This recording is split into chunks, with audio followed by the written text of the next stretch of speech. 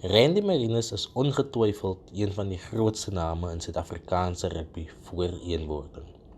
Die Parellied het in sy speeldae tussen 1971 en 1986 vir klubs soos Gardens en Falcons in Johannesburg gespeel, asook spanne soos die Federasie, Boland en SARU verteenwoordig en word wyd en suid gereken as een van rugby se heel grootes. Sy pa het gesterf toe hy 11 was en hy het op die ouderdom van 15 besluit om sy ma te help en toe skool verlaat om in Johannesburg te gaan werk. Daar het sy loopbaan behoorlik vlam gevat.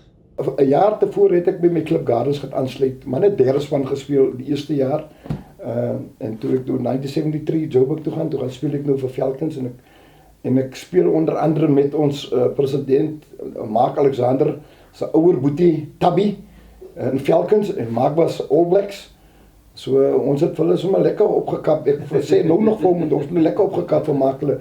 En ek speel met Tabby sy een broer en die ander broer sy broer Rendel, hy het twee broers gehad wat vir Falcons gespeel het. En op die ouderdom 15-jarige ouderdom speel ek eerste span vir Falcons. In 1974 het die Britse Leeu's in Suid-Afrika kom toer.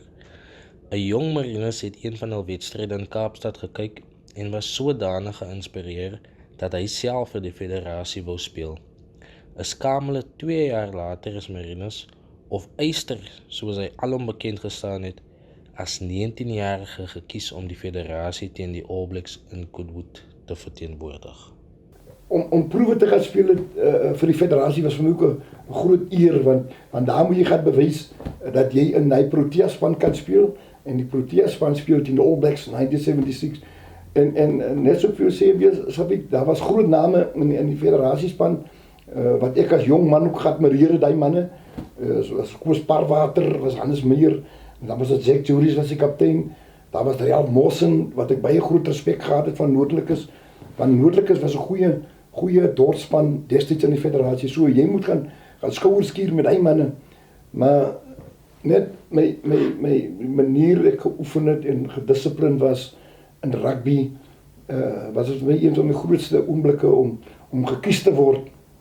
1976 All Blacks flank, en op 19-jarige ouderdom was ek so, as 'n jong man om 10 All Blacks te gaan speel het, ek kan dit nie geglo het nie, want toe hulle die hakka voor my maak, ek voel Randy is hier by die regte plek, ja, en die heel eerste line-out,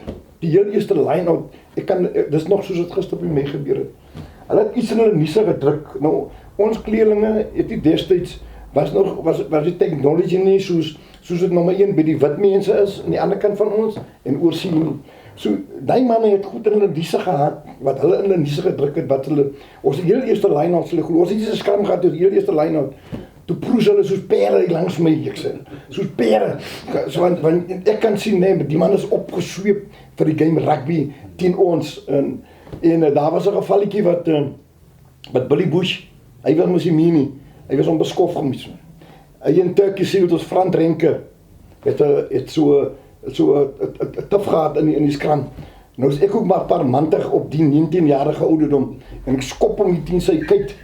Ek skop hom, ek sê, nee, Billy, don't play shit, ek sê, I moer jou. Daai sal ek nooit vergeet, want ek vertel hulle vir Pieter Daniels, en ek sê vir hom, don't play shit, I moer jou, ek sê.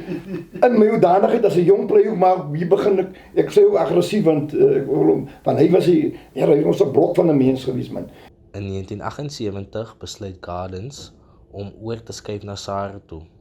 Meneer Aubrey Minnaar, Marinus se swaar, was instrumenteel in hierdie skuif.